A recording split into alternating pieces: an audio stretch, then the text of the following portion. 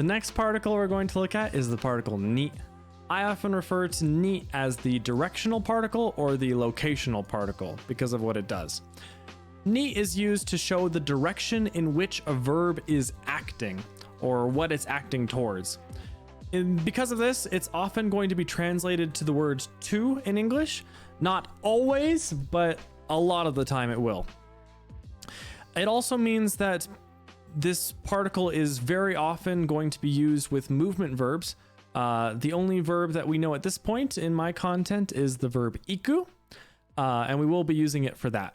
So in this example, we have watashi wa Nihon ni iku, which will translate to I am going to go to Japan. Of course, watashi wa, we're marking the subject with wa, and then Nihon ni, this ni particle shows us that the place that we're going to is Japan. Even though this is called the locational particle, there is a little bit of limitations to the particle ni, because ni cannot be used to show where somebody is doing something. The example that I like to use for this is watashi wa Nihon ni oyogu. Some people want to have this sentence mean I swim in Japan.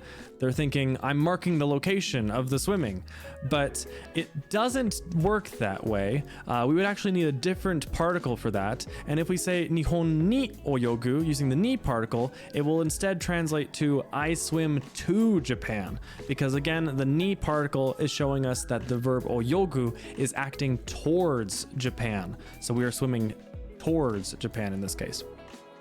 There's one more thing that ni can do, a little bit more of an advanced way of using it, not something that you need to have fully mastered just yet. We will look at this in more detail in a future lesson, I believe lesson 3, but the ni particle can be used with the verbs aru and iru to show where something is. So an example of that would be inu wa koko ni iru.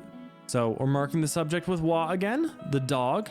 Koko ni, now we're marking koko as the location, and iru is our verb to exist. We're saying the dog exists here.